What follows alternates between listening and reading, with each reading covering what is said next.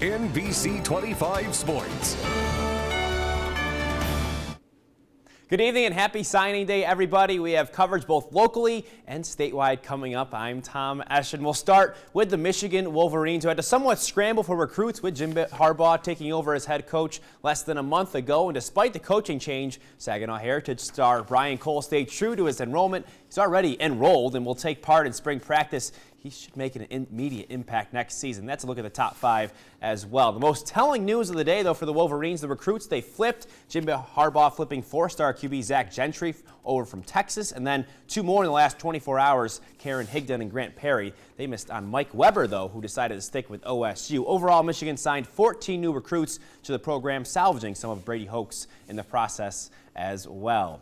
We transition now to Michigan State, who, while the Wolverines have struggled in recent years, have kept getting better on the field, finishing 5th in the nation this past year, something that's helped their recruiting as well. MSU's class of 2015 ranks 22nd in the nation, filling holes in the line and at skill positions, running back and the defensive backfield. 22 athletes in all in this class of 2015. They're also 3rd in the Big Ten in recruiting this year. Michigan State definitely won the day compared to the Wolverines. Their top five pictured here. Rebuilding once again for Coach D'Antonio. Now we bring in our recruiting analyst, Randy Taylor, sporting decades of experience in the field, breaking down Michigan and Michigan State's class of 2015.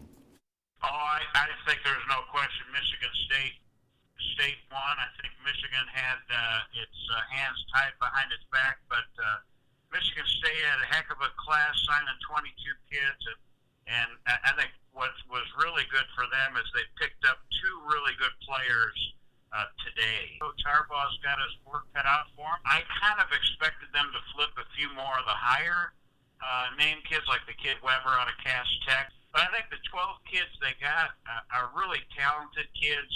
It's just small. The key for the Wolverines now is going to be early enrollees next January, because this is a small class.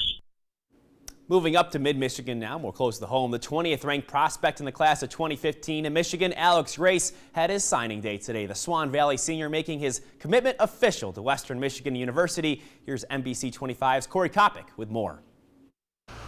I'm Corey Kopic here at Swan Valley High School, where linebackers Taylor Rayum and Alex Grace have just signed their letters of intent to go play for PJ Fleck and Western Michigan. Now, both players had several options when it came to which university they would be spending the next 4 years of their lives at, but at the end of the day, it came down to the relationship they had with the coaching staff. It's like when you go there, you step in the atmosphere of the coaches, and when they talk to you, you just know that it's like, they want you to be there.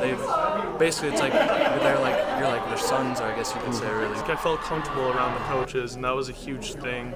And with Coach Fleck, every single time I see him, it's always like a handshake and a hug.